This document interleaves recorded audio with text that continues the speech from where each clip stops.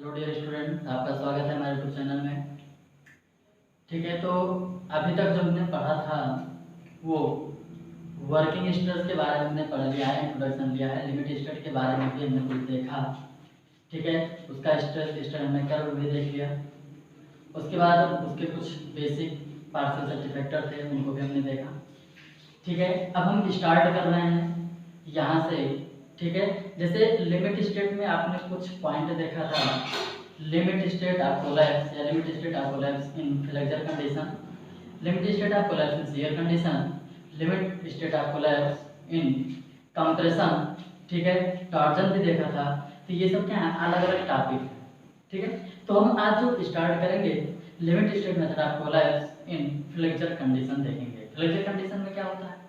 Flexor condition का मतलब ये हुआ कि बेंडिंग हो रहा है। ठीक है, अब बेंडिंग के बाद टेंसाइल जोन में जो क्रैकिंग होगा, ठीक है, वो क्रैक से पहले, उस क्रैक के, ठीक है, उत्पन्न होने से पहले जो स्ट्रक्चर की स्ट्रेंथ होती है उसे हम कहते हैं क्या?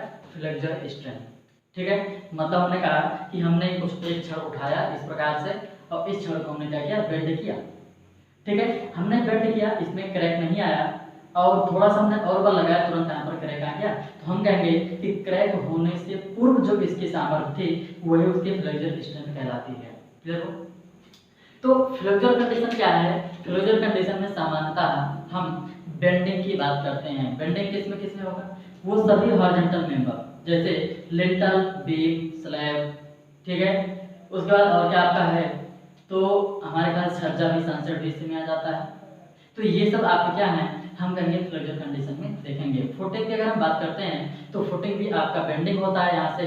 ठीक है, जब हम फुटिंग देखेंगे तो आपका दिखाएंगे तो वहाँ पर भी हम कहेंगे फ्लेक्सर कंडीशन होता है। तब क्लियर हो? ठीक है, तो हम स्टार्ट करेंगे limit state method of collapse in flexor condition.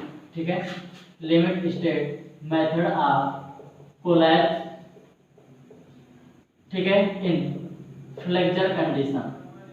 Flexor condition हम यहाँ पर देख रहे हैं। क्लियर हो? फ्लेक्सर कंडीशन यहाँ पर हम देख रहे हैं। ठीक है, फ्लेक्सर कंडीशन में क्या क्या आएगा? तो हम कहेंगे जितने भी बेंडिंग होंगे, जितने भी स्ट्रक्चर में बेंडिंग होंगे वो सभी यहाँ पर फ्लेक्सर कंडीशन के अंतर्गत लिए जाएंगे। जैसे बीम, इसमें क्या होता है? बेंडिंग कुछ इस प्रकार से बेंड होता है। स्लैब, स्लैब भी आपका हॉरिजॉन्टल मेंबर है, जब लोड पड़ेगा तो भी क्या होगा? डिफ्लेक्ट होगा। ठीक है, तो यहाँ पर हमने देखा जितने भी मेंबर में बेंडिंग होगा वो सब किसके अंतर्गत आएंगे? फ्लेक्सर कंडीशन के अंतर्गत आते हैं। क्लियर हो? तो बात ये आती है कि अगर बेंडिंग हुआ, अगर बेंडिंग हुआ तो इसके लिए भी कुछ एजम्पशंस होंगे। बिल्कुल, ठीक है, इसके लिए भी कुछ एजम्पशंस होते हैं। जैसे अगर बात कर दिया जाए घर का बंटवारा, ठीक है, तो यहाँ पर दो लोग हैं, एक है आपका WSM और दूसरा आपका क्या है? LSM। तो इन सभी को बांटते समय या घर बंटवारा करते समय इनके लिए कुछ लिमिटेशन रखे जाते हैं। ठीक है, या हम कहेंगे कुछ एजम्पशंस रखे जाते हैं कि आपको ये करना है, आपको ये नहीं करना है। ठीक है, आपको ये सामान मिल रहा है, ये आपको नहीं मिल रहा है। क्लियर हो? आपको वहां का जमीन दे रहा है, हम इनको यहाँ की जमीन दे रहे हैं। इस प्रकार से क्या होता है? बंटवारा होता है। तो उसी प्रकार से यहाँ पर भी किया जाता है। ठीक है, जिस प्रकार से हमने WSM से उनके, ठीक है, एजम्पशंस के बारे में पढ़ा था, उसी प्रकार से हम लिमिट स्टेट मेथड में भी उनके एजम्पशंस के बारे में देखेंगे। क्लियर है? तो एजम्पशंस क्या क्या होगा पहले हम समझेंगे, उसके बाद फिर लिखेंगे। क्लियर हो? एजम्पशंस क्या क्या होगा? तो देखो, एजम्पशंस जो होता है ये प्रैक्टिकली उठा के रखा जाता है। ठीक है, प्रैक्टिकली उठा के रखा जाता है। तो यहाँ पर हम पहले समझा रहे हैं कुछ चीज़ों को, फिर कुछ चीज़ों को हमने पीछे प्रीवियस लेक्चर में दिखाया है, वो सारी चीज़ें यहाँ पर रहेंगी। क्लियर हुआ? चलो हम देखते हैं थोड़ा सा। पहला जंक्शन यहाँ पर हम बात करते हैं, तो पहला जंक्शन आपने वर्किंग स्ट्रेस में देखा था क्या? कि यदि कोई सेक्शन बेंडिंग के पूर्व प्लेन है, यदि कोई सेक्शन बेंडिंग के पूर्व प्लेन है तो वह बेंडिंग के बाद क्या होगा? प्लेन ही रहेगा। ठीक है, फिर हमने इसी को कहा था कि न्यूट्रल एक्सिस के परपेंडिकुलर, न्यूट्रल एक्सिस के परपेंडिकुलर यदि कोई प्लेन बेंडिंग के पूर्व समतल है तो बेंडिंग के बाद क्या होगा? प्लेन ही रहेगा। दूसरा, ठीक है, न्यूट्रल एक्सिस के परपेंडिकुलर किसी भी क्रॉस सेक्शन एरिया या किसी भी, ठीक है, कार, क्लियर होने से किसी भी क्रॉस सेक्शन एरिया यदि बेंडिंग के पूर्व प्लेन है तो बेंडिंग के बाद भी प्लेन ही रहेगा। यहाँ से हमें क्या देखने को मिलता है, हम कहेंगे क्या, ये हमारे पास एक सेक्शन है, ठीक है, बीम है हमारे पास यहाँ पर, और इस बीम पर हम लोड लगा रहे हैं। इस बीम पर हम क्या कर रहे हैं, यहाँ पर लोड लगाएंगे, और जब लोड लगाएंगे तो ये हमारा कुछ इस प्रकार से बेंड होने का प्रयास करता है। बता रहे क्लियर हो, कुछ इस प्रकार से बेंड होने का प्रयास करता है।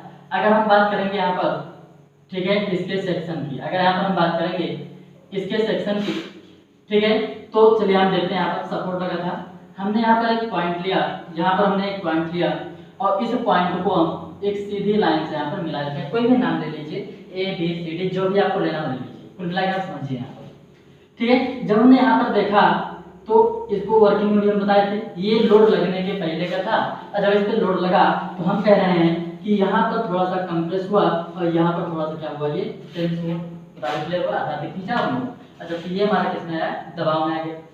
अच्छा जब इसको हम मिलाते थे तो यहाँ से हमारा कुछ इस प्रकार से, ठीक है, एक सेक्शन देखने को मिलता था, तो हम कहते थे क्या कि ये आपका जहाँ पर स्ट्रेस मान 0 हो रहा है, इसी को हम कहते थे क्या, यहाँ पर न्यूट्रल एक्सिस, इसको हम क्या कहते थे, न्यूट्रल एक्सिस, अर्थात वह एक्सिस जहाँ पर ना तो टेंसाइल स्ट्रेस हो ना तो कंप्रेशन स्ट्रेस हो, ठीक है, वह एक्सिस जहाँ पर ना तो टेंसाइल स्ट्रेस हो ना तो कंप्रेशन स्ट्रेस हो, उसको हम कहते हैं क्या, न्यूट्रल एक्सिस।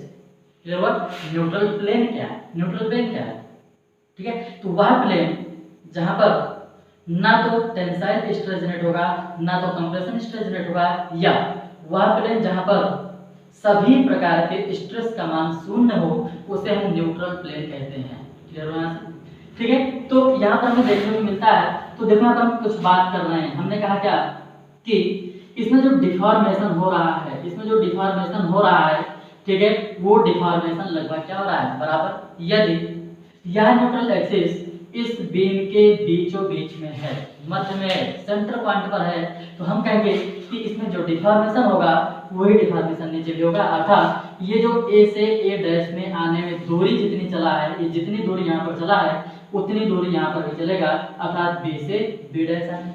क्लियर हुआ, तो हम कह रहे हैं कि दोनों तरफ डिफॉर्मेशन का मान सेम है।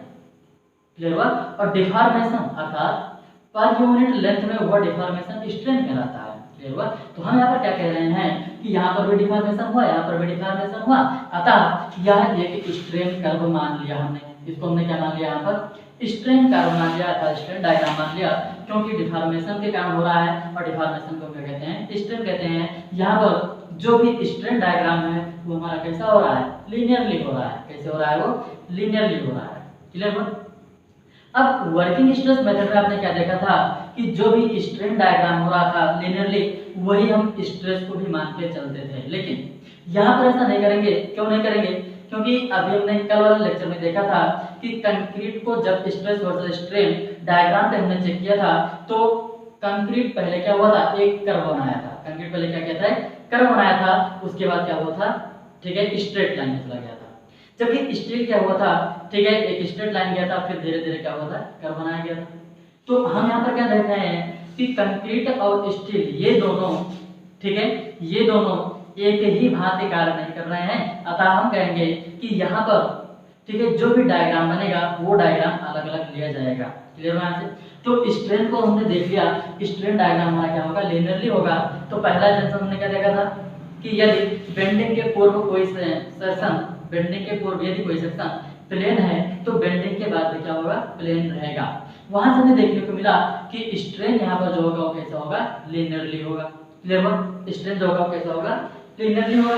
अब यहाँ से हम अगर बात करेंगे कि जो स्ट्रेन आपका दिख रहा है, ये जो आपका स्ट्रेन दिख रहा है, ठीक है, अगर हम इसी स्ट्रेन की बात करेंगे तो हम जानते हैं क्या, ये कुछ हमारा इस प्रकार से बनेगा, ठीक है, ये हमारा कुछ इस प्रकार से बन जाता है। यहाँ पर हम बनाते हैं ठीक से, थोड़ा कुछ ये इस प्रकार से बन रहा है, ठीक है, मान लीजिएगा बीच में ये।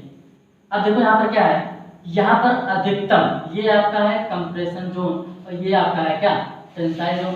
तो हम जानते हैं कि कंक्रीट टेंशन में वीक होता है, ठीक है, अर्थात कमजोर होता है।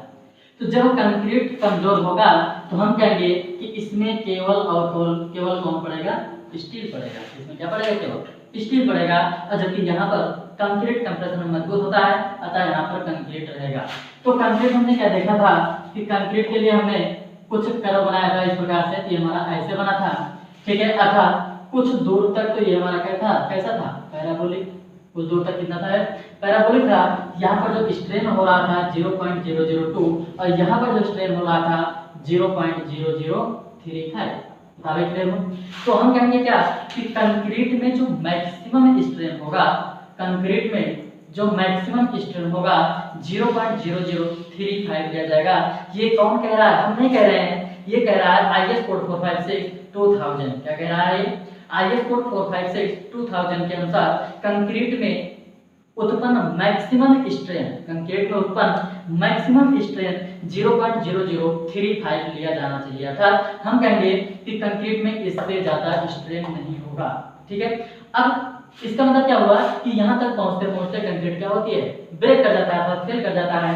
तो हम कहेंगे कि यहाँ पर जो मैक्सिमम स्ट्रेन होगा, ठीक है, मैक्सिमम स्ट्रेन होगा, स्ट्रेन इन कंक्रीट अल्टीमेट, ठीक है, हमने एप्सिलॉन CU लिखा है या UC लिख सकते हो, कोई दिक्कत नहीं है। ये दर्शा रहा है स्ट्रेन, ये जो C लिखा गया है, C बता रहा है कंक्रीट है, U हमारा क्या है, अल्टीमेट मतलब क्या, अंतिम, ठीक है। अर्थात मैक्सिमम जो स्ट्रेन होगा SU, इसका जो मान होगा 0.0035।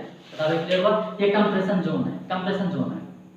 अब हम देखेंगे क्या कि इसके पहले भी तो कुछ स्ट्रेन है, इसके पहले कौन सा स्ट्रेन है, ये वाला स्ट्रेन है, ये आपका है 0.002। तो बता भाई ये इसके ऊपर बनेगा 0.002, इसके नीचे बनेगा। तो हम कहेंगे क्या कि यहाँ पर स्ट्रेस का मान है 0 और स्ट्रेन का मान भी होगा 0। अब हम कह रहे हैं कि धीरे धीरे आगे को बढ़ रहा है, जब आगे को बढ़ रहा है तो हम कहेंगे कि ये कहीं यहाँ पर कहीं पर आएगा, जिसका मान हमारा कितना होगा, हम कहेंगे 0.002। बता रहे क्लियर। अगर आपके एग्जाम में पूछ रहा है कि IS कोड 456-2000 के अनुसार कंक्रीट में उत्पन्न मैक्सिमम स्ट्रेंथ की वैल्यू क्या होगी, तो मैक्सिमम स्ट्रेंथ की वैल्यू यहाँ पर कितना लेंगे, 0.0035। तब क्लियर हो यहाँ से, किसमें, कंक्रीट में, किस कोड के अनुसार, IS कोड 456-2000 के अनुसार। तब क्लियर हो यहाँ से। फिर हम देखेंगे नीचे, फिर हम देख रहे हैं क्या नीचे। अब यहाँ पर क्या है, ठीक है, यहाँ पर क्या है, तो यहाँ पर हमने क्या देखा, यहाँ पर हमने क्या देखा कि ये स्टील है, ये यहाँ पर क्या है, स्टील। कंक्रीट तो इसमें क्या है, निग्लेक्ट है। क्या कंक्रीट की तनन सामर्थ्य नहीं होती है, तो हम कहेंगे अगर पूछ रहा है कंक्रीट की तनन सामर्थ्य, ना तो किसी सेक्शन की बात कर रहा है, हम कहेंगे बिल्कुल होगा। और कंक्रीट की जो टेंसाइल स्ट्रेंथ होती है उसी को हम फ्लेक्चर स्ट्रेंथ कहते हैं, और flexure strength is equal to 0.7 √FC के लिया जाता है। बताओ क्लियर हो आंसर, ठीक है। तो हम कहेंगे हुआ, लेकिन जो बीम है उसमें कुछ मान्यताएं हैं, और उसने ये कहा कि हम कंक्रीट को तनन में निगलेक्ट कर देते हैं। अर्थात कंक्रीट कोई भी टेंसाइल स्ट्रेस को बियर नहीं करेगा, जितने भी टेंसाइल स्ट्रेस होंगे वह केवल और केवल स्टील द्वारा वहन किया जाएगा। क्लियर हुआ। तो जब स्टील द्वारा वहन किया जाएगा तो अधिकतम स्ट्रेन इसमें भी तो होगा, अधिकतम स्ट्रेन इसमें भी होगा, ठीक है। हमने कल इस डायग्राम को देखा था, ठीक है, इस डायग्राम को हमने कल भी देखा था कि यहाँ से भी हमें कुछ देखने को मिला था, ठीक है, कुछ इस प्रकार से। और यहाँ पर जो था आपका Fy, ठीक है, और यहीं से हमने फिर इसको आगे निकाला था। ये हमारा जो था 0.002% की स्ट्रेंथ थी, अर्थात विकृति थी। और फिर यहाँ पर हमारा ये जो था, ये था हमारा 0.87 Fy, अर्थात ये आपका डिजाइन स्ट्रेस था। ये आपका क्या था, डिजाइन स्ट्रेंथ था। अब डिजाइन स्ट्रेंथ के आधार पर, ठीक है, डिजाइन स्ट्रेंथ के आधार पर हमने यहाँ पर कुछ ड्रा किया था। यहाँ पर तो थोड़ा सा इस कर्व के पैरेलल हमने खींचा था, कर्व के पैरेलल खींचा था, और यहाँ पर जो इसका मान आया था यहाँ से लेकर यहाँ तक, ठीक है। अब जाके कल वाला लेक्चर देख लीजिएगा, बहुत ज्यादा विस्तार नहीं करेंगे। 0.002 और यहाँ पर जो मान था वो था आपका Fy मान ES। बता रहे क्लियर हो। लेकिन जब हम डिजाइन स्ट्रेंथ के आधार पर देखें तो ये पॉइंट यहाँ पर मिल रहा है और इसको हमने नीचे उतारा, ठीक है। तो यहाँ से देखिए ये वाला स्ट्रेंथ तो आपको फिक्स है 0.002, लेकिन ये हमारा मान कितना होगा, हम कहेंगे डिजाइन स्ट्रेंथ के आधार पर ले गया है, अतः 0.87 Fy और मान में क्या हो जाएगा ES। हम कहेंगे कि अब इस समय स्टील में कितना स्ट्रेन हुआ, ठीक है, स्टील में कितना स्ट्रेन हुआ। तो देखो यहाँ पर देखो, याद कैसे रखा जाएगा, किसी भी वैल्यू को अगर हम डिजाइन करते समय लेंगे तो वो हमारा होगा डिजाइन वैल्यू। क्लियर हुआ? अगर हम वर्किंग स्ट्रेस में कह रहे हैं तो हम कहेंगे परमिसिबल वैल्यू या वर्किंग स्ट्रेस, ठीक है, परमिसिबल स्ट्रेस, उसके बाद फिर अलाउबल स्ट्रेस, ये सब दिया जाता है। जब हम लिमिट स्टेट की हम बात करते हैं, ठीक है, आईएस कोड 456/2000 के अनुसार वो बात करते हैं, तो वहां पर हम कहेंगे डिजाइन स्ट्रेंथ लिया जाता है। जिस प्रकार से हमने कंक्रीट का डिजाइन स्ट्रेंथ लिया है उसी प्रकार से हम स्टील को भी डिजाइन स्ट्रेंथ में लेंगे, और डिजाइन स्ट्रेंथ से जो भी स्ट्रेन होगा इस स्ट्रेंथ को हम छोड़ देंगे और यहाँ पर हम केवल इतना स्ट्रेन लेंगे। और ये स्ट्रेन यहाँ पर कितना होगा, तो ये स्ट्रेन आपको कल निकाला गया था, विरोध आपको बताया भी गया था, ठीक है, टेंसाइल जोन। और यहाँ पर जो स्ट्रेन हुआ था 0.002 प्लस 0.87 FY अपान में, ठीक है, ES क्या है यहाँ पर, ठीक है, मॉडुलस ऑफ प्लास्टिसिटी स्टील, बताओ क्लियर हुआ? तो ये हमारा क्या है, स्ट्रेन। क्लियर हुआ? अब यहाँ से आपका दो प्रकार से क्वेश्चन पूछेगा। पहला क्वेश्चन पूछेगा आईएस कोड 456/2000 के अनुसार कंक्रीट में उत्पन्न मैक्सिमम स्ट्रेन क्या होगा, 0.0035। क्लियर हुआ? दूसरा क्वेश्चन, ठीक है, आईएस कोड 456/2000 के अनुसार या लिमिट स्टेट मेथड के अनुसार कंक्रीट में उत्पन्न मैक्सिमम स्ट्रेन क्या होगा, ठीक है, नहीं सॉरी, कंक्रीट का होता क्या, स्टील में उत्पन्न मैक्सिमम स्ट्रेन क्या होगा, तो स्टील में उत्पन्न मैक्सिमम स्ट्रेन कितना होगा, कितना? अब FY का मान रख करके तुरंत आप सॉल्व कर सकते हो। ES का मान क्या होगा, यहाँ पर ES का मान क्या होगा, तो स्टील के लिए मॉडुलस ऑफ इलास्टिसिटी या, ठीक है, यंग्स मॉडुलस का मान कितना लेते हैं, तो 2 × 10⁵ न्यूटन पर mm² से 2.1 × 10⁵ न्यूटन पर mm² लिया जाता है। बताओ क्लियर हुआ? ठीक है, कितना हो गया? अब इसका हम क्या देख रहे हैं, ठीक है, इसके बाद हम क्या देख रहे हैं, इसके बाद, ठीक है, हमने कितने पॉइंट देखे भाई। पहला नंबर प्लेन होगा, फिर हमने देखा कि लीनियर स्ट्रेन हो रहा है, फिर कंक्रीट में उत्पन्न अधिकतम स्ट्रेन का मान हमने देख लिया, फिर स्टील में उत्पन्न अधिकतम स्ट्रेन का मान भी हमने यहाँ पर देख लिया। बताओ क्लियर हो? अब इसके बाद अगर हम बात करेंगे, ठीक है, तो हम कहेंगे क्या कि इसमें पार्शियल सेफ्टी फैक्टर का यूज किया जाता है, पार्शियल सेफ्टी फैक्टर का यूज किया जाता है। पार्शियल सेफ्टी फैक्टर क्या है, तो पार्शियल सेफ्टी फैक्टर की हम बात करेंगे तो हम कहेंगे ये जो कंक्रीट है, पार्शियल सेफ्टी फैक्टर में ये जो कंक्रीट है, इस कंक्रीट का जो भी पार्शियल सेफ्टी फैक्टर लेता है कितना, 1.5, तथा स्टील के लिए जो भी लेता है 1.15 लेता है। ठीक है, इसके पीछे अगर वीडियो देखना है तो प्रीवियस लेक्चर जाके देखिए, वहां पर बताया गया।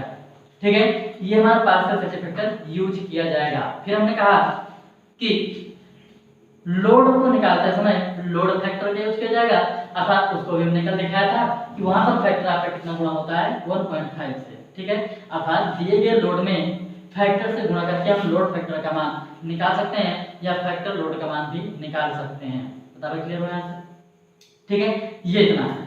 फिर दूसरा क्या बोला गया, इन्होंने ये कहा कि जो भी कंक्रीट है, जो भी कंक्रीट है, इस कंक्रीट में, ठीक है, जो भी कंक्रीट है, इस कंक्रीट की जो कंप्रेसिव स्ट्रेंथ होगा, ठीक है, कंक्रीट की हम जितनी बात कर रहे हैं सब आईएस कोड 456/2000 के अनुसार ही ले रहे हैं। क्लियर हुआ? चाहे हम लिमिट स्टेट बोल दें और चाहे वहां पर कोड बोल दें आईएस 456/2000। बता रहे क्लियर हुआ यहाँ से? ठीक है, तो हम कह रहे हैं क्या कि इन्होंने फिर एक एजम्पशन लिया कि कंक्रीट की जो कंप्रेसिव स्ट्रेंथ होगा, कंक्रीट की जो कंप्रेसिव स्ट्रेंथ होगा, ठीक है, वो कितना लिया जाएगा, कैरेक्टरिस्टिक स्ट्रेंथ का 0.67 गुना लिया जाता है। क्लियर हुआ? किसका? कैरेक्टरिस्टिक स्ट्रेंथ का कितना, 0.67 गुना।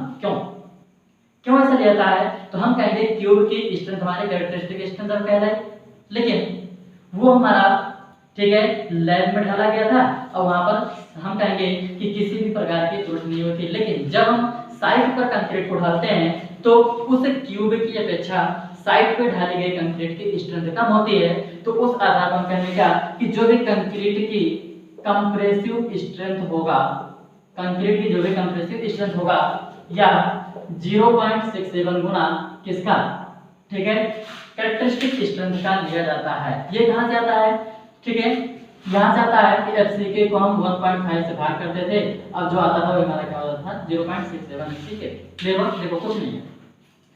ये कोड ने निर्धारित किया है, हमने याद करने का तरीका बता दिया है। क्लियर हुआ? जो भी कंक्रीट का सेफ्टी फैक्टर है उसे से आप भाग कर लीजिएगा, ये वैल्यू आ जाएगा। मान लीजिए अगर आप भूल गए हो, ठीक है, तो कंक्रीट के लिए तुरंत समझ लेना कि जो भी FCK है उसको हम 1.5 से भाग करेंगे, जो भी वैल्यू आएगा वो उसके कंक्रीट की कंप्रेसिव स्ट्रेंथ होगा। क्लियर हुआ? अब इसी कंप्रेसिव स्ट्रेंथ को ठीक है, इन्होंने क्या कहा कि जो भी कंक्रीट होगा उस कंक्रीट की कंप्रेसिव स्ट्रेंथ इतना लिया जाएगा।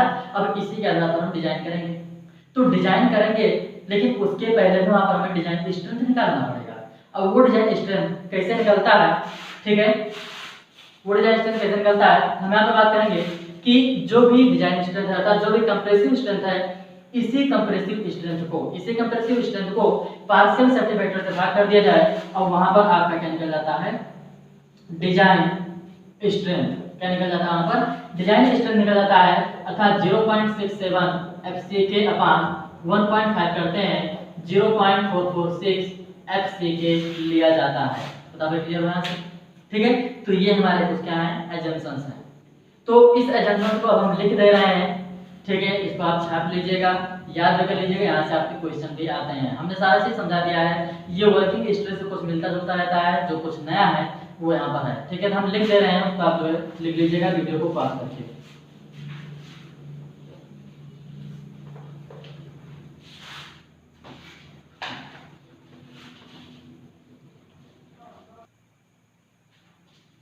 ठीक है, तो यहाँ पर हमने कुछ एजम्पशंस लिख दिया है जो कि IS कोड 456/2000 के अनुसार लिए गए हैं, या लिमिट स्टेट मेथड के अनुसार भी बोल सकते हैं, limit state method of collapse in flexure condition. Clear हुआ? तो वीडियो को पास करके आप रखिएगा, हम यहाँ पर समझाते हुए चल रहे हैं। The plane section remains plane before and after bending, अर्थात हम कहेंगे क्या कि यदि सेक्शन या कोई सेक्शन बेंडिंग के पूर्व यदि प्लेन है तो बेंडिंग के बाद भी क्या होगा, प्लेन ही रहेगा। अगला क्वेश्चन देख रहे हैं, अगला ऑप्शन देख रहे हैं, तो अगला पॉइंट हम देख रहे हैं, स्ट्रेन वेरिएशन इज लीनियर। अभी हमने दिखाया था कि जो भी स्ट्रेन में वेरिएशन हो रहा है वो हमारा कैसा था, लीनियरली था। कंक्रीट में मैक्सिमम स्ट्रेन 0.0035, जबकि स्टील में मैक्सिमम स्ट्रेन हमारा कितना था, ठीक है, 0.002, ठीक है, 0.87 FY/ES। बताओ क्लियर हो? नेक्स्ट हम देख रहे हैं क्या, the tensile strength of concrete is ignored, अर्थात हम कहेंगे क्या कि कंक्रीट की जो भी टेंसाइल स्ट्रेंथ होगा, ठीक है, कंक्रीट की जो भी टेंसाइल स्ट्रेंथ होगा वह टेंसाइल स्ट्रेंथ को क्या करते हैं, इग्नोर कर देते हैं। जो भी किसके अंतर्गत है आपका, तो हम कहेंगे it is based on cracked section theory. Clear हुआ? क्रैक्ड सेक्शन थ्योरी के अनुसार हमने कहा कि कंक्रीट को इग्नोर किया जाएगा, नहीं तो कंक्रीट की कुछ ना कुछ तो टेंसाइल स्ट्रेंथ होगी, कंक्रीट की कुछ ना कुछ तो टेंसाइल स्ट्रेंथ होगा ही, और वो आप जानते हो 0.7 अंडर रूट में FCK। क्लियर हुआ? लेकिन जब हमने उस पर लोड लगाया तो बीम को नीचे हमने क्या देखा कि हमारा कुछ बीम बेंड हुआ, और बेंड होने के बाद यहाँ पर छोटे छोटे क्रैक्स आ गए। जब छोटे छोटे क्रैक्स आ गए तो हम कहेंगे सर्विसबिलिटी इसकी हो रही है, फेल हो रही है, अर्थात हम कह रहे हैं इसमें क्रैकिंग जनरेट हुआ, सेक्शन फेल। तो उसके लिए हम जानते हैं क्या, तो हम कहेंगे क्या कि the tensile strength of concrete is ignore. बताओ क्लियर होने से, अर्थात कि कंक्रीट की टेंसाइल स्ट्रेंथ हम क्या करते हैं, इग्नोर कर देते हैं, जिसके आधार पर इट्स बेस्ड ऑन, ठीक है, it's based on cracked section theory. बताओ क्लियर हो? नेक्स्ट हम देख रहे हैं क्या, the maximum compressive strain in the concrete, the maximum compressive strain in the concrete shall be taken as 0.0035। ठीक है, ये आपका क्या है, यहाँ पर इंपॉर्टेंट है, बहुत बार पूछता है। हम कहेंगे क्या, the maximum compressive strain in concrete shall be taken as 0.0035। ठीक है, अंडर द फ्लेक्चर कंडीशन, अर्थात जब ये बेंड होगा, कब की बात कर रहा है, फ्लेक्चर कंडीशन मतलब क्या, बेंडिंग कंडीशन की बात कर रहा है। जब ये बेंड होगा तो कंक्रीट में अधिकतम जो स्ट्रेन होगा, कंक्रीट में अधिकतम जो स्ट्रेन होगा वह कितना लिया जाएगा, 0.0035 लिया जाता है। जबकि क्रैक की चौड़ाई कितना होना चाहिए, हमने पहले लेक्चर में आपको दिखाया था। जब पहले लेक्चर में हमने बताया था कि जो भी क्रैक्स होता है वो क्रैक 0.3 mm से अधिक नहीं होना चाहिए, उससे कम होना चाहिए। क्लियर हुआ?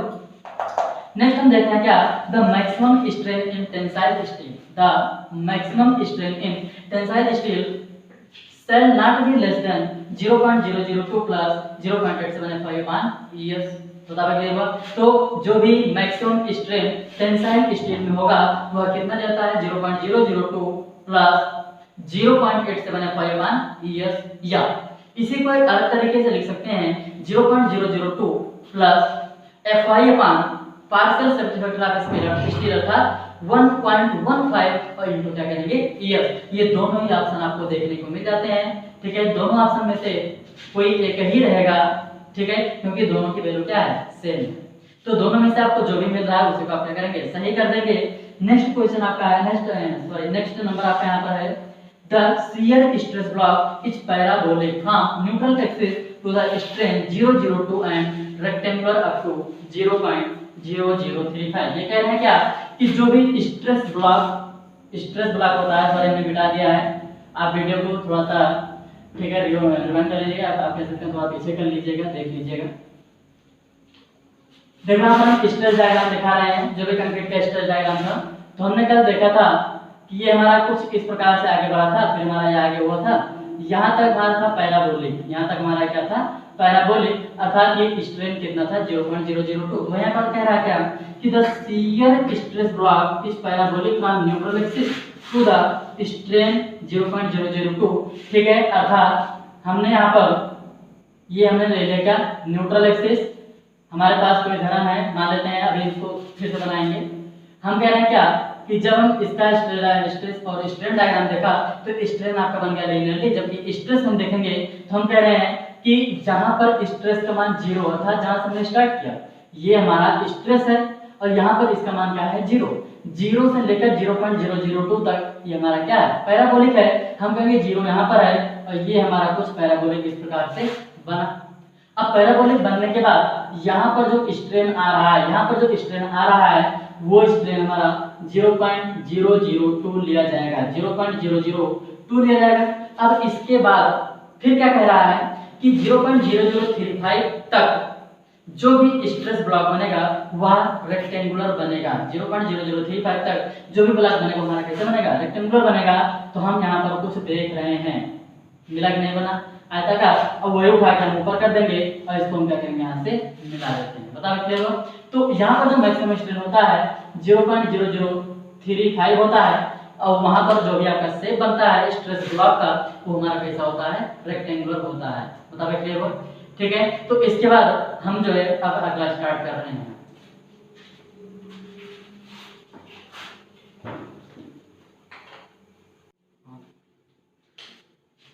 ठीक है, तो इतना हमने देखा है। अब उसके बाद हम डेरिवेशन को स्टार्ट करते हैं, डेरिवेशन कैसे कैसे करना है। तो यहाँ से कोई क्वेश्चन आपका पूछता है, यही स्ट्रेस ब्लॉक से क्वेश्चन उठेगा, ठीक है। हम सबका डेरिवेशन कर रहे हैं और आप जो है ध्यान से देखिएगा। क्लियर हो सके कैलकुलेटर भी अपने साथ लेकर के बैठिए, क्योंकि वैल्यूज में जो है बहुत आपको सॉल्व करके ठीक है निकालने पड़ते हैं। तो हम देखते हैं जब हम स्ट्रेस डायग्राम को बनाते हैं, हमने कहा ये हमारे पास एक बीम है, ठीक है, जिसका क्रॉस सेक्शन B × D है। इसकी चौड़ाई है, यहाँ पर हमने मान लिया कुछ स्टील प्रोवाइड किया और यहाँ से यहाँ तक जो इसका डेप्थ है वो हमने मान लिया क्या यहाँ पर स्मॉल d, हमने क्या मान लिया यहाँ पर स्मॉल d। क्लियर हो। यहाँ पर इसका न्यूट्रल एक्सिस है, मान लेते हैं अभी ये हमारा क्या है यहाँ पर न्यूट्रल एक्सिस। क्लियर हो, न्यूट्रल एक्सिस। उसके बाद हम यहाँ पर देखेंगे तो हम कहेंगे जो इसका स्ट्रेस डायग्राम बनेगा वह स्ट्रेस डायग्राम कैसे बनेगा। तो पहले तो हम स्ट्रेन डायग्राम की बात कर लेते हैं, ठीक है। पहले हम स्ट्रेन डायग्राम की बात कर लेते हैं और यह स्ट्रेन डायग्राम आपका कुछ इस प्रकार से बनेगा। बता क्लियर हो, ये स्ट्रेन डायग्राम कुछ इस प्रकार से आपका बनेगा। यहाँ पर जो आपका होगा स्ट्रेन अल्टीमेट इन कंक्रीट होगा और यहाँ पर स्ट्रेन काहे के लिए होगा भाई स्टील अल्टीमेट, ठीक है। स्ट्रेन इन स्टील वो भी कौन सा अल्टीमेट की बात कर रहे हैं और वहां पर भी आपका होगा अल्टीमेट होगा, अधिकतम होगा। तो यहाँ पर जो इसका मान आता है, यहाँ पर जो इसका मान आता है वो आता है 0.0035। भाई अभी आगे ऊपर देखिए तो पीछे, और इसी मतलब यहाँ पर क्या आएगा स्टील में अधिकतम स्ट्रेन क्या होगा। तो हम कहेंगे 0.002 प्लस 0.87 FY और अपान में क्या आएगा यहाँ पर ES। बता रहे क्लियर हुआ। ये हमारा क्या बन गया यहाँ पर स्ट्रेन डायग्राम। ये हमारा क्या है स्ट्रेन डायग्राम है। बता रहे क्लियर हुआ। ठीक है, अब इसके बाद अगर हम बात करेंगे तो स्ट्रेस डायग्राम भी यहाँ पर हम बना लेते हैं। स्ट्रेस डायग्राम भी बना लेते हैं, आप लोग सही से बनाइएगा थोड़ा। ठीक है, स्ट्रेस डायग्राम अगर बनाएंगे तो ये स्ट्रेस डायग्राम हमारा कुछ बनेगा। ये इसका न्यूट्रल एक्सिस है। ठीक है, यहाँ पर ठीक है एक टेंसाइल फोर्स लगेगा। हम कहेंगे टेंसाइल फोर्स आपका इधर की ओर लग रहा है। बता दो क्लियर। क्यों? हम जानते हैं जब ड्रम बेंड होता है तो हमारा कुछ ऐसे रहता है, न्यूट्रल एक्सिस के नीचे टेंसाइल जोन, जबकि न्यूट्रल एक्सिस के ऊपर क्या होता है कंप्रेसिव जोन। बार बार कहेंगे आप लोग, यही गलती करके आओगे। ठीक है, तो ये चीज आपको ध्यान में रखना है। कंप्रेशन जोन के ऊपर क्या होगा, नहीं सॉरी, यहाँ पर न्यूट्रल एक्सिस के ऊपर क्या होगा कंप्रेशन जोन, न्यूट्रल एक्सिस के नीचे जो होगा क्या होगा टेंसाइल जोन। क्लियर हुआ। तो यहाँ पर हमने देख लिया। अब इस पर हम बात करेंगे तो हम करेंगे क्या कि हम जानते हैं, अभी अभी थोड़ी देर पहले हमने देखा था, लास्ट हमने क्या देखा था कि कंक्रीट में जो भी स्ट्रेस ब्लॉक होगा, स्ट्रेस ब्लॉक जो होगा वह न्यूट्रल एक्सिस से 0.002 तक पैराबोलिक तथा 0.0035 तक रेक्टेंगुलर लिया जाता है। लिया नहीं जाता, हमने देखा था। ठीक है, और वही उठा के यहाँ पर रखेंगे तो हम मान लेते हैं कि ये जीरो स्ट्रेस कहाँ पर होगा भाई, यहाँ पर ये चीज है ओरिजिन पॉइंट से स्टार्ट हुआ था, ये कुछ आगे की ओर गया था। यहाँ पर 0.002 स्ट्रेन हुआ था, जबकि यहाँ पर जो स्ट्रेन हुआ था 0.0035, ये आपका ओरिजिन पॉइंट था 0। ठीक है, हमने ओ ले लिया था। अगर हम बात करें स्ट्रेस, इस ओरिजिन पॉइंट पर स्ट्रेस का मान क्या होगा तो हम कहेंगे शून्य होगा। क्या होगा यहाँ पर शून्य होगा। और जब शून्य होगा तो हम कहेंगे न्यूट्रल एक्सिस पर भी स्ट्रेस का मान क्या हो रहा है, शून्य हो रहा है। ठीक है, तो शून्य से लेके 0.002 तक क्या हुआ था यहाँ पर पैराबोलिक, हम यहाँ पर भी पैराबोलिक बनाएंगे। क्लियर हुआ। और ये पैराबोलिक हमने बनाया, हम मान लेते हैं ये पार्ट आपका कुछ इस प्रकार से ऊपर की ओर बढ़ गया, पैराबोलिक। कैसे हुआ पैराबोलिक। और यहाँ पर जो स्ट्रेन हो रहा है, यहाँ पर जो स्ट्रेन हो रहा है वो हो रहा है 0.002। बराबर क्लियर हो। पैराबोलिक वाले पॉइंट पर स्ट्रेन का मान कितना है 0.002। अब इसके बाद ठीक है, इसके बाद आपका रेक्टेंगल बनता है कहां तक 0.0035। ठीक है, 0.0035। क्या इसके बाद भी कोई स्ट्रेन होगा तो हम कहेंगे बिल्कुल नहीं। क्यों? कंक्रीट में मैक्सिमम स्ट्रेन का मान आईएस कोड ने निर्धारित कर दिया है 0.0035। बताओ क्लियर हो यहां से। ठीक है, तो इसके बाद हम ऊपर ले लेते हैं। ठीक है, और यहाँ पर हमने मान बना दिया कि ये जो यहाँ पर ब्लॉक बन रहा है, ये जो ब्लॉक यहाँ पर बन रहा है, ये ब्लॉक आपका कितना होगा 0.0035। बता क्लियर हो। ठीक है, ये आपका हुआ पैराबोलिक, ये आपका क्या हुआ रेक्टेंगुलर। बता क्लियर हो। हम जानते हैं कि कंप्रेशन जोन के टॉपमोस्ट फाइबर से न्यूट्रल एक्सिस के जो बीच की दूरी होती है उसको हम क्या कहते हैं x। और यहाँ पर हम जो लिखेंगे वो लिखेंगे क्या xu। क्यों? यू ही हमें दिखाता है या अल्टीमेट लोड थ्योरी या लिमिट स्टेट मेथड के अंतर्गत सॉल्व किया गया है। ठीक है, और यह हम कहेंगे यही यू से हम पता करते हैं कि यहाँ पर अल्टीमेट स्ट्रेंथ लिया गया है। और जब अल्टीमेट स्ट्रेंथ लिया गया है तो हम कहेंगे यह IS कोड 456 2000 के अनुसार सॉल्व किया गया है। बताइए क्लियर हो यहाँ से। ठीक है, हमारे ख्याल से समझ में आ गया होगा। इसके बाद हम देखेंगे क्या, हम यहाँ पर थोड़ा सा मान ले लेते हैं और हम बोल देंगे क्या कि ये यहाँ से यहाँ तक ठीक है जो हुआ उसको हम मान लेते हैं x1 और यहाँ से यहाँ तक जो वैल्यू है उसको हम मान लेते हैं क्या x2। आप कुछ भी ले सकते हो, a b c d x y z कुछ भी ले सकते हो। आप इसको x1 ले लीजिए, इसको x2 ले लीजिए, इसको x1 इसको x2 y1 y2 भी ले सकते हो, कोई चेंजिंग नहीं आएगा, कोई मतलब नहीं है, सब क्या है एक ही चीज है। कुल मिलाकर आप कुछ भी मान सकते हो। बता रखिए। ठीक है, यहाँ से हमने देख लिया। अब हम इसी का एरिया की बात कर लेते हैं। ठीक है, कभी कभी क्या होता है कि पूछ लेता है, ठीक है पूछ लेता है कि कंक्रीट ब्लॉक का एरिया क्या होगा। अभी कोई आपसे क्वेश्चन पूछ लेता है क्या कि कंक्रीट ब्लॉक का एरिया क्या होगा, तो हम कहेंगे 0.0035 हमें ऊपर पता है और उसी में हम x1 से गुणा कर देंगे, एरिया मिल जाएगा, नहीं मिल जाएगा कंक्रीट ब्लॉक का मिला। ठीक है, फिर पैराबोलिक वाले की बात करेंगे तो हम कहेंगे 0.002 ऊपर वाला स्ट्रेन पता है। ठीक है, यहाँ पर कहेंगे x2 आपका है और यहाँ से हम भी इसका मान निकाल सकते हैं। बता क्लियर यहाँ से।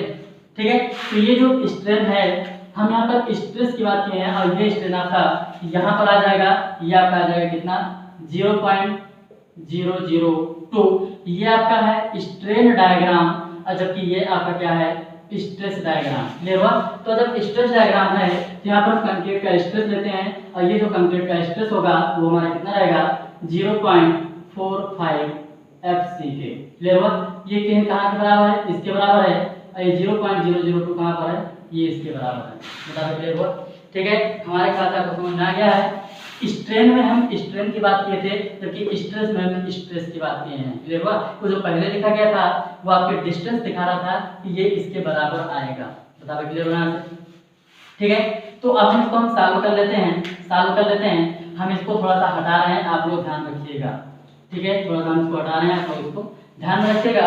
हम कहाँ से x1 और x2 का मान निकालेंगे? वहां पर x1 x2 है, तो यहाँ पर भी तो हम कह सकते हैं वही चीज रहेगा भाई x2, और यहाँ पर भी आपका क्या होगा x1। क्लियर हुआ? यहाँ पर एक समरूप त्रिभुज बन रहा है, ये देखो ये इतना यहाँ पर समरूप त्रिभुज बन रहा है, और इसको उठा के हम समरूप त्रिभुज का नियम लगाएंगे, तो हम कहेंगे यहाँ पर आएगा आपका 0.0035, ठीक है, अपान में पूरा यहाँ से यहाँ तक। ठीक है, क्योंकि ये पूरा आपका ले गया है, और इसका मान आएगा आपका xu इज इक्वल टू 0.002, और अपान में क्या आएगा आपका x2। बता सकते हो? यहाँ से हम किसी एक का मान निकाल लेते हैं, x2 का मान निकाल लेते हैं, और x2 का जब हम मान निकालेंगे तो यहाँ पर आपका कुछ मिलेगा। क्या मिलेगा? 0.002 xu अपान 0.0035। बता सकते हो? कैलकुलेटर उठाइए, कैलकुलेटर से आप सॉल्व कीजिएगा। ठीक है, यहाँ से आपका कुछ मान आएगा। ठीक है, तो कैलकुलेटर आप निकालिए, अपना सॉल्व कीजिए, जो भी मान आया उसको उठा के रखिए। कैलकुलेटर मंगा रहे हैं, तब तक हम आगे देखते हैं। क्योंकि हम जानते हैं कि xu is equal to x1 plus x2, और यहाँ पर आप x2 को उठा के मान रख दीजिएगा, तो हम कहेंगे कि यहाँ से x1 का मान भी आपका निकल जाएगा। क्लियर हुआ? तो सॉल्व कर लीजिए इसको, बताइए कितना आ रहा है। ठीक है, हम यहाँ पर सॉल्व कर रहे हैं। इसका जो मान आएगा 0.002 डिवाइड बाय 0.0035, ठीक है, 57 आ रहा है। इसका जो मान आ रहा है 0.57 XCU, इसका मान कितना आ रहा है 0.57 XCU, और यहाँ पर जो मान आएगा, ठीक है, हम रखेंगे x2 के स्थान पर कितना 0.57। ठीक है, ये आपका आएगा XCU माइनस 0.57 XCU। बता दीजिए वो XCU को हम कॉमन ले लेंगे, 1 माइनस 0.57 कर देते हैं। ठीक है, 1 माइनस 0.57, और यहाँ से आपका आ जाएगा 0.43। ये x1 का जो मान आ रहा है 0.43 XCU। बता क्लियर हुआ? 0.57 XCU आ गया, 0.43 XCU भी आ गया है। ठीक है, अब यहाँ से आप इसका मान ले लिए, x1 का मान आ गया, x2 का मान आ गया। हम यहाँ पर देखे होंगे क्या कि जो पैराबोलिक है, ठीक है, अर्थात जो पैराबोलिक क्षेत्र है उसका मान कुछ ज्यादा आया होगा, जबकि जो उसके ऊपर रेक्टेंगुलर एरिया है उसका मान कुछ कम आया होगा। ठीक है, तो ये आप मान यहाँ पर लिख लीजिएगा। ठीक है, हटाएं इसको, चलिए हटाएं। ठीक है, यहां से हम कुछ देखने को पाए। क्या पाए देखने को? देखो यहाँ पर क्या है, x1 का जो भी मान आया था, ठीक है, जो x1 का मान आया था वो हमारा कितना आया था, तो हम कहेंगे 3/7 XU। जो x2 का मान आया था वो हमारा कितना आया था, तो वो आया था 4/7 XU। क्लियर हुआ? यहाँ से अब अगर इसको सॉल्व करना चाहो तो सॉल्व कर सकते हो। यहाँ से 0.43 XU आया था, जबकि यहाँ पर 0.57 XU आया था। क्लियर हुआ? तो ये आपके क्लियर भी हो सकता है, तो आप इस वैल्यू को याद रखिएगा। क्लियर हुआ? से ये वैल्यू आप यहाँ पर याद रखना हो जाएगा। x1 का मान आ गया, x2 का मान आ गया। अब यहाँ पर हम निकालेंगे एरिया। ठीक है, एरिया ऑफ स्ट्रेस ब्लॉक। क्या मान निकालेंगे हम? Area of stress block. हटाएं इसको। ठीक है, हटा दे रहे हैं। चलिए, हटाने के बाद यहाँ पर थोड़ा सा देखते हैं। ठीक है, थोड़ा सा देखते हैं कि इसका जो एरिया होगा वो क्या होगा। हम कहेंगे इन दोनों को गुणा कर लीजिए, निकल जाएगा भाई, आयत है। लेकिन ये आपका है पैराबोला, और इसके लिए जो एरिया होगा वो 2/3 b × h लेते हैं, अर्थात 2/3 गुणे, ठीक है, ये और गुणे ये, बताओ एरिया आ जाएगा। हम कहेंगे ये एरिया कहाँ पर करेगा, हम कहेंगे ये एरिया आपका यहाँ पर कार्य करेगा और ये एरिया इसके बीचों बीच में कार्य करेगा। क्लियर हुआ? जो एरिया आ रहा है समकोण वो एरिया इसके सेंट्रॉइड पर कार्य करेगा और ये सेंट्रॉइड इसके बीचों बीच में होगा, जबकि ये सेंट्रॉइड इसका कुछ दूरी पर होगा। कितनी दूरी पर होगा? हम कहेंगे बेस से 3/8 की दूरी पर। हम यहाँ पर एक नया बना रहे हैं, हम यहाँ पर एक नया बना रहे हैं, थोड़ा सा बड़ा बना रहे हैं। ठीक है, यहाँ पर हमने ये बना दिया है और यहाँ पर हमने इतना हमने ले लिया है आयताकार। ये हमारी दूरी यहाँ पर है, ये वाली जो दूरी है यहाँ पर है x1 और ये वाली जो दूरी यहाँ पर है वो आपका है x2। ये यहाँ पर कार्य करेगा। हम कह रहे हैं यहाँ पर एक फोर्स कार्य कर रहा है C1, यहाँ पर एक फोर्स कार्य कर रहा है क्या C2। क्लियर हुआ भाई? जाहिर सी बात है कंक्रीट में दो क्षेत्र हैं और दोनों क्षेत्र में कुछ ना कुछ फोर्स कार्य करेगा जो कि कंप्रेशन फोर्स कहलाएगा। इसलिए हमने यहाँ पर क्या लिख दिया है C1 और C2। क्लियर? क्या ये बगैर फोर्स लगे कोई भी धर्म बेंड करेगा? हम कहेंगे बिल्कुल नहीं करेगा। तो फोर्स लग रहा है वो हमने यहाँ पर ले लिया है C1 और C2। अब बात आती है यहाँ पर जो इसका मान है 0.45 FCK और वही वैल्यू यहाँ पर भी होगा 0.45 FCK। ठीक है, ये जो डिस्टेंस यहाँ पर ले रहे हैं, ये वाली जो डिस्टेंस आ रहा है, ये डिस्टेंस हम मान लेते हैं y1 और इसका जो मान आएगा वो आएगा x1/2। कितना आ जाएगा ये x1/2। यहाँ पर जो ये मान दिया जा रहा है, ये वाला जो मान दिया जा रहा है, ये आपका आता है 3/8 की दूरी पर। कितना? 3/8। ठीक है, अथवा कहेंगे x2 गुणे 3/8, 3/8 और इनटू में क्या होगा आपका x2। हम कहेंगे कि ये भी आपका ऊपर से ही रह जाएगा, तो यहाँ से लेकर यहाँ तक का जो मान आएगा इसको हम बोलेंगे y2 और ये y2 जो होगा ये होगा आपका, ठीक है, x1 प्लस 3/8 इंटू x2। बता रहे हो? हम यहाँ से y2 का मान निकाल लेंगे, यहाँ से y1 का मान निकाल लेंगे। C1 C2 भी हम निकाल सकते हैं। जब हमें एरिया पता चल जाए तो उसी एरिया में हम स्ट्रेस से गुणा करा देंगे, बता भाई मिल जाएगा, मिल पाएगा।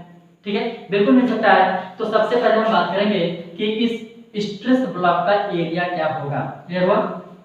तो हम अगला हेडिंग जो बना रहे हैं यहाँ पर, ठीक है, area of stress block, area of stress block. हमने जो अभी ऊपर निकाला था वो भी आपके एग्जाम में पूछता है और ये भी आपके एग्जाम में पूछता है। यहाँ से हम कैसे मान निकालेंगे तो हम देखेंगे। ठीक है, सबसे पहले हम बात कर रहे हैं रेक्टेंगुलर वाले का। किसकी हम बात कर रहे हैं? रेक्टेंगुलर वाले की बात कर रहे हैं। और रेक्टेंगुलर पे आपका जो मिल जाएगा वो क्या मिलेगा? हम कहेंगे 0.45 FCK इंटू x1 और x1 का मान यहाँ पर क्या होगा? ठीक है, तभी हम थोड़ी देर पहले ऊपर देखे थे x1 का मान आया था 0.43 XCU। कितना आया था? 0.43 XCU। इन दोनों को गुणा कराइए और इन दोनों को गुणा कराने के बाद आपका कुछ मिलेगा 0.45 इंटू 0.43। यहाँ से आपका मिल रहा है 0.1935। A1 का जो मान आया वो आपका आ रहा है, AR हम लिख रहे हैं रेक्टेंगुलर एरिया का 0.1935। कितना है? 0.1935। ठीक है, ये आपका आएगा XCU इंटू FCK। बता क्लियर हुआ? ये आपका किसका मान आ गया? इस रेक्टेंगुलर का एरिया। फिर अब हम पैराबोलिक की बात कर रहे हैं। जब पैराबोलिक की हम बात करते हैं तो ये पैराबोलिक एरिया की हम बात करेंगे और यहाँ पर जो आपका मिलेगा वो मिलेगा 0.45 FCK और इंटू हम करेंगे कितना? ठीक है, x2। कितना हम करेंगे यहाँ पर? x2 और फिर इन दोनों का गुणा जो होगा वो हमारा कितना हो जाएगा? 2/3। क्योंकि हम जानते हैं कि जो इस पैराबोलिक एरिया का, जो भी इस पैराबोलिक क्षेत्र का एरिया हम निकालने के बाद 2/3 गुणे ये और गुणे ये। बता क्लियर हुआ? हमने लिख लिया और गुणे हमने क्या कर दिया? 2/3 कर दिया। इसको तो हम सॉल्व करेंगे। ठीक है, यहाँ पर आपका आएगा 0.45, ठीक है, इंटू x2 का मान 0.53, ठीक है, और इंटू में 2/3 और पूरे गुणा हम लिखेंगे यहाँ पर XCU इंटू FCK। बता क्लियर हुआ? तो इसको हम सॉल्व कर लेते हैं। यहाँ से आपका मान आएगा 0.45 इंटू 0.57 यहाँ पर 57 है, ठीक है, 57 यहाँ पे 57 है। हाँ, इसको निकाल लीजिए, कितना आ रहा है? 0.57 और इंटू में करेंगे हम 2 डिवाइडेड बाई 3। यहाँ से आपका मिल रहा है 0.171। कितना मिल रहा है यहाँ पर? 0.171। अर्थात पैराबोलिक वाले का जो एरिया आ रहा है 0.171 XU इंटू FCK। बताओ क्लियर हो नहीं हुआ? ठीक है, ये हमने दोनों का अलग अलग एरिया निकाल लिया। लेकिन क्वेश्चन आपका पूछ रहा है कि कंक्रीट ब्लॉक का एरिया क्या होगा।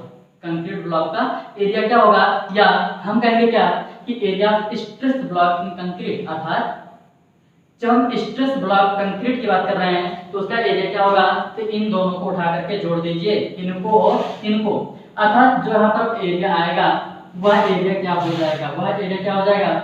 ठीक है, तो इनको हटा रहे हैं, इनको हटा रहे हैं और दोनों एरिया को हम जोड़ेंगे। ठीक है, अर्थात हम कहेंगे कि जो भी एरिया कंप्लीट होगा या स्ट्रेस ब्लॉक का होगा वो हमारा कितना होगा 0.19। ठीक है, कितना था, शायद 3 के आसपास था, प्लस 0.171। ठीक है, और इनको हमने लिखा है XU इंटू FCK। जब इसको हम सॉल्व करते हैं ये आपका आता है 0.36 FCK और इंटू में क्या XU। बता रहे क्लियर हुआ? ये भी आपका इंपॉर्टेंट है, कभी भी आपका क्वेश्चन क्लियर हो सकता है कि ठीक है, कंक्रीट के स्ट्रेस ब्लॉक का एरिया क्या होगा, हम कहेंगे 0.36 FCK इंटू XU। अगर अलग अलग की बात कर रहा है तो अलग अलग भी हमने यहाँ पर दिखा दिया है। बता रहे क्लियर हुआ? ठीक है, स्ट्रेस हमने निकाल लिया, निकाल लिया यहाँ से। अगर हम फोर्स की बात करें तो फोर्स हमारा क्या आएगा वो भी हम थोड़ा सा देख लेते हैं। बताओ क्लियर हुआ? ठीक है, हटाएं इसको, याद रखिएगा इसको।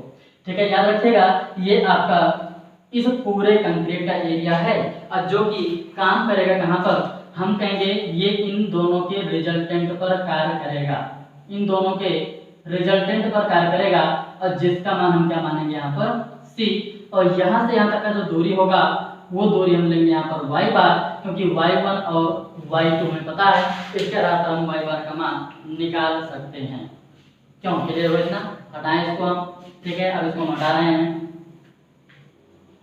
डायग्राम अभी हम बना रहने देते हैं क्योंकि इस डायग्राम की भी बहुत ही जरूरत है। बताओ क्लियर हुआ यहाँ से? तो हम यहाँ से y बार का भी मान निकाल लेते हैं पहले, फिर C1 और C2 का मान निकाल लेंगे।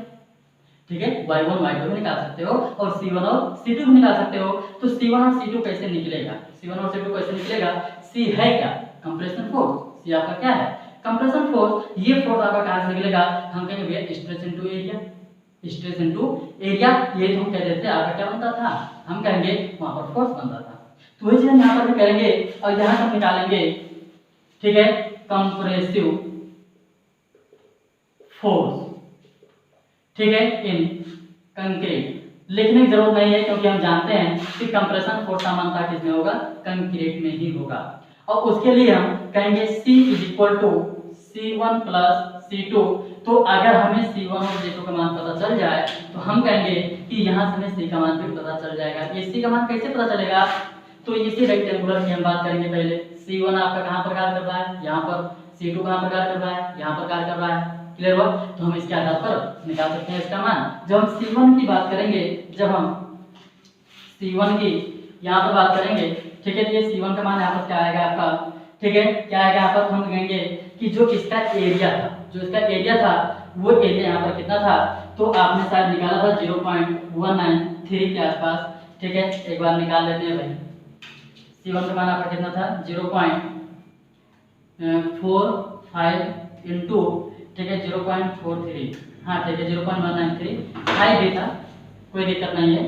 ठीक है, इंटू में आपका था XU और इंटू में क्या आपका था FCK। तब क्या था, ये आपका क्या था इसका एरिया। हम कहेंगे स्ट्रेस तो आपका यहीं पर ले होगा, अब भी बराबर लिया नहीं गया है। हम कह रहे हैं क्या कि जब इसके चौड़ाई से हम गुणा कर दे रहे हैं, ये हमारा बन जा रहा है क्या फोर्स। कैसे पता चला, ठीक है, स्ट्रेस इनटू एरिया। हमने एरिया पहले निकाल लिया था, अब हम कहेंगे ये तो स्ट्रेस है, ये नहीं है। देखो हम यहाँ पर दिखा रहे हैं, ये कितना मिला लीजिए, ये बन गया आपका क्या स्ट्रेस, और ये कितना मिला लीजिए, ये आपका बन गया क्या एरिया, अर्थात B इंटू XU आपका क्या बन गया एरिया, और ये हमारा क्या हो गया स्ट्रेस।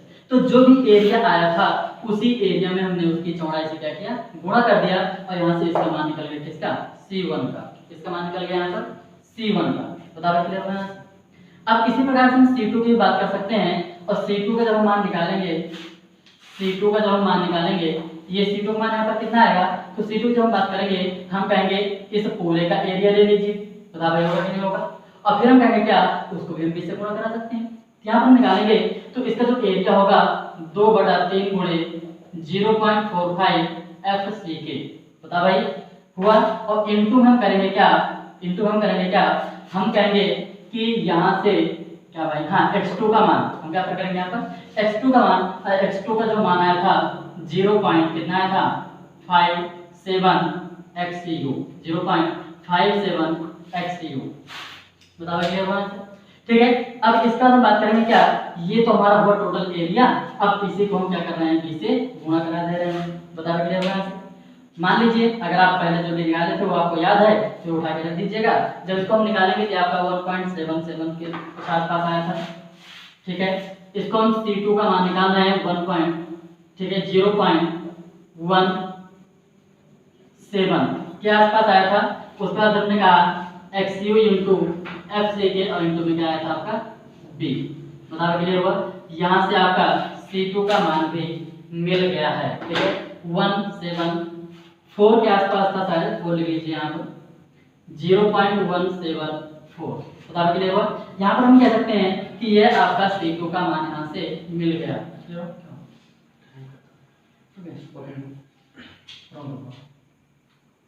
हो गया। तो यहाँ से C1 और C2 का मान मिल चुका है हमें। C1 का जो कंप्रेशन फोर्स है वो आपका इतना है, C2 का यहाँ पर इतना है। हम कहेंगे टोटल कंप्रेसिव फोर्स क्या आएगा। टोटल कंप्रेसिव फोर्स क्या आएगा, हम इन दोनों को क्या कर रहे हैं, ऐड कर दे रहे हैं। जब इन दोनों को हम ऐड करेंगे तो यहाँ पर आपको मिलेगा कितना 0.1935 है, प्लस हम कहेंगे 0.174 के आसपास है, 0.36। ठीक है, वही जो आपने निकाला था वही टोटल हमारा यहाँ पर भी आ जाएगा। बशर्ते यहाँ पर हम b से गुणा कर दे रहे हैं। क्यों, क्योंकि दोनों हमने देखा था कि C1 में भी हमने b से गुणा किया था, C2 में भी हमने b से गुणा किया था। इसलिए C = 0.36 FCK into XU into B। ये आपका क्या हो गया, टोटल कंप्रेसिव फोर्स। बताओ क्लियर हुआ। टोटल कंप्रेसिव फोर्स C का मान कितना आया 0.36 FCK into XU into B। अर्थात हम कहेंगे कि जो यहाँ पर ये C का मान है वो हमारा कितना होगा 0.36 FCK into XU into B। बता रहे हो। ठीक है, ये ऐसे ही हो सकता है कि रिजल्टेंट कंप्रेसिव फोर्स का मान क्या होगा। रिजल्टेंट कंप्रेसिव फोर्स का मान क्या होगा, तो भी हम कहेंगे क्या 0.36 FCK into XU into B। बता रहे हो। तो ये चीज आप यहाँ पर ध्यान में रखिएगा। हो गया। अब इसी प्रकार से हम टेंसाइल फोर्स की हम बात कर लेते हैं। इसी प्रकार से हम टेंसाइल फोर्स की बात कर लेते हैं। और ये टेंसाइल फोर्स हमारा कहाँ से निकलेगा, तो हम कहेंगे यहाँ से निकलेगा। ये हमारा क्या निकलेगा यहाँ पर टेंसाइल फोर्स। अगर टेंसाइल फोर्स का मान क्या होगा, तो हम कहेंगे जो इसका एरिया है वो एरिया यहाँ पर कितना है AST। एरिया यहाँ पर कितना है AST। यहाँ पर जो स्ट्रेस होता है design stress 0.87 FY। Design stress हमारा कितना होता है 0.87 FY। और यहाँ पर हम निकालेंगे टेंसाइल फोर्स। ठीक है, टेंसाइल फोर्स इन स्टील या स्टील रेनफोर्समेंट। ठीक है, और यहाँ पर जो मान आएगा वो मान हमारा कितना आ जाएगा, हम कहेंगे एरिया इंटू स्ट्रेस। अर्थात हम कहेंगे क्या कि यहाँ पर जो टी को मान आ रहा है इसको हम अल्टीमेट कर देते हैं ताकि याद रहे किसी का है। ठीक है, यहाँ पर आएगा स्ट्रेस 0.87 FY इंटू, ठीक है, एरिया, और ये हमारा बन जाएगा क्या, ठीक है, टेंसाइल फोर्स का मान। बताओ इसलिए क्या इसमें कंक्रीट ऐड करेंगे, हम कहेंगे बिल्कुल नहीं ऐड करेंगे। क्यों, क्योंकि कंक्रीट टेंशन में क्या होता है, फ्री होता है। बता रहे क्लियर हुआ। तो इस प्रकार से C1 C2 C और एरिया का मान भी हमने निकाल लिया। बता रहे क्लियर हुआ। अब हम y बार का अगर मान निकाल लें तो हम बता सकते हैं कि इसका लीवर आर्म क्या होगा। क्लियर हुआ। या कभी कभी क्वेश्चन ऐसे पूछ लेता है कि जो भी कंप्रेसिव फोर्स है वह कंप्रेशन जोन के एक्सट्रीम फाइबर से कितनी दूरी पर कार्य करता है। क्लियर हुआ। या ऐसे भी हो सकता है कि टॉप मोस्ट कंप्रेशन फाइबर या एक्सट्रीम कंप्रेशन फाइबर से कंप्रेसिव फोर्स के रिजल्टेंट के बीच की कितनी दूरी होती है या कि बीच की दूरी क्या होगी, और वो दूरी हमारी क्या होगी, y बार। देखो कंप्रेशन जो एक्सट्रीम फाइबर ये आपका रिजल्टेंट फोर्स। क्लियर हुआ। और इनके जो बीच की दूरी है हमारा क्या होगा, y बार। और ये y बार कहाँ से निकलता है, अब आप चले जाइए सेकंड ईयर के सोम में, फर्स्ट ईयर के मैकेनिक्स में, ठीक है, वहां पर आपको देखने को मिल जाएगा। वहां पर आपने कुछ निकाला था क्या, स्पेसिफिक ग्रेविटी नहीं, यहाँ सेंटर ऑफ ग्रेविटी। जब आप सेंटर ऑफ ग्रेविटी निकाले थे तो उस सेंटर ऑफ ग्रेविटी में आपने देखा था कि y bar is equal to a1 y1 plus a2 y2 upon a1 plus a2। ये पढ़ते नहीं पढ़ते थे? तो यहाँ पर हम एरिया की बात करेंगे नहीं, यहाँ पर हम किसकी बात करेंगे? फोर्स की बात करेंगे। क्लियर हुआ? अच्छा, फोर्स की हम बात करेंगे हम कहेंगे c1 into y1 plus c2 into y2 अपान c1 प्लस c2। बताओ क्लियर हुआ? कोई दिक्कत नहीं है भाई, कोई चीज यहाँ पर भी है।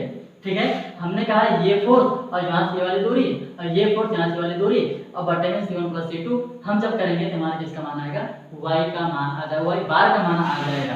हटा रहे हैं इसको हम। ठीक है, इसको हम हटा रहे हैं, निकाल रहे हैं, सब एक तरफ से हम निकाल रहे हैं। ठीक है, और ये भूलता भी बहुत है, इतना ध्यान में रखना। क्वेश्चन कैसे पूछ रहा है हम आपको सब बता दे रहे हैं, सारा चीज हम बताते हुए चल रहे हैं। ठीक है, क्योंकि अगर आप देखेंगे एसएससी में तो एसएससी के जेई में बहुत ही कम क्वेश्चन होता है, लेकिन जब आप एक गेट और ईएस वाला बुक उठा के देखेंगे तो सारे क्वेश्चन आपको पूछे हुए दिख जाएंगे। क्लियर हुआ?